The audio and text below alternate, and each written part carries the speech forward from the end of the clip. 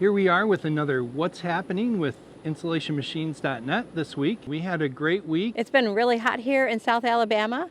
Barry and I saw the hottest temperatures we have ever seen in our life. It got up to 115 degrees. That was the real feel. And the dew point was 83. It is now supposed to cool down and be a little bit more normal, which is still hotter than what we're used to, but it's a whole lot better than 115. Last week I mentioned that we had a new product with Cool Machines. It is the Cool Machine 3000 XL. It's an excellent in-between between a 2400 and our 3500. So if you're looking for a little bit more production and you have a CM 2400, this would be a great way to step up. Even our best 2400 right now does about 4,500 pounds an hour, and that's with our new 20-inch airlock. With the 3000 XL, we can get 5,400 pounds an hour of cellulose. I could ramble through what the fiberglass and rock will get, but they are increased as well. Check out our social media, check out our website, and you'll see a link in the description below on YouTube for a direct link to the 3000 that just came out. I had an interesting phone call with one of my customers. Talked to him 10 years ago, and he calls me up and he says, "Barry, I think I need a new blower." I said, "Well, last time we talked, it was 10 years ago. I think you do need a new blower." And he says, "No, seriously, we've never changed our blower." Well, they do have a 3-year lifespan normally. What are you doing?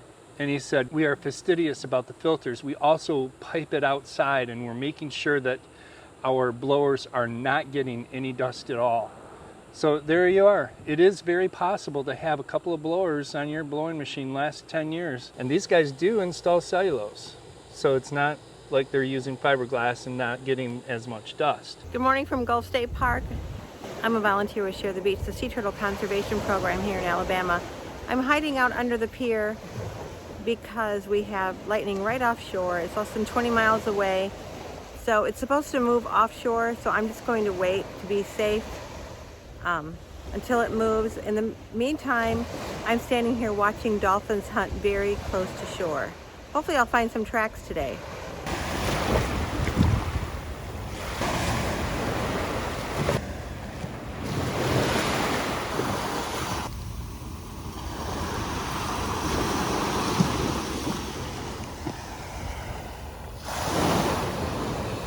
No turtle tracks for me this morning, but it was a gorgeous, gorgeous morning.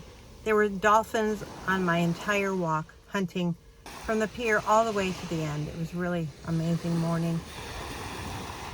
Today I am with my daughter, Ava. Hey, y'all. Yeah, her RV went through a very bad hurricane this last year. Hurricane Sally did a lot of damage. My daughter here stayed in a house down here during the hurricane. We parked her RV out in the front yard of my other daughter's house, and she watched the whole thing all night long. What was happening with your RV? Well, I looked out and my RV literally was going up and down like this. I'm not exaggerating. At that point I knew, okay, well, it's a goner. And I prayed, I said, "Okay, God, I know it's probably ruined, but just spare my house." The only thing really that happened was my floor suffered and the frame, we had to completely redo it, but I'm very lucky that that's all it was. It did break the frame in half, and we so happen to have our neighbors here at the RV park. We're down here in Alabama, and they had a welder on the back of their pickup truck because they were down here doing welding for people. I hired them to weld up some of the stuff on the frame and got that all nice, and it looks perfect.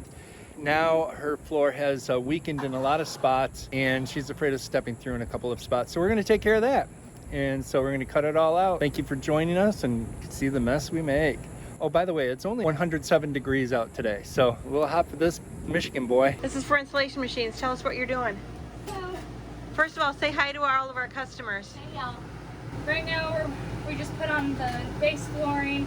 I'm about to glue it and prep it for the top flooring. Here's the flooring she chose right here. Yeah, it's beautiful. It's funny because I work as a carpenter's assistant and a laborer at a construction site, but this is my first time actually doing it like a big girl, I would say. The floor system in this RV is really just 2 inches of foam And this black is not even wood, that's just plastic. Show them, Ava, how you can step on that, how much flex there is. I mean, you could go right through that. So what we're doing is we are putting a 1/4 inch laminate down, and we're using a foam glue so it doesn't destroy this, but it glues this to the foam and the plastic. And then on top of this, we're doing an overkill, but we have to. We're using a 1/2 inch treated plywood, so it has taken most of the flex away. You're not going to fall through the floor now. We're looking forward to your phone calls this week if you need help with the machines or troubleshooting, even again the internet and getting better exposure. Give me a call, and please call me. My daughter's working me to death and I need a break.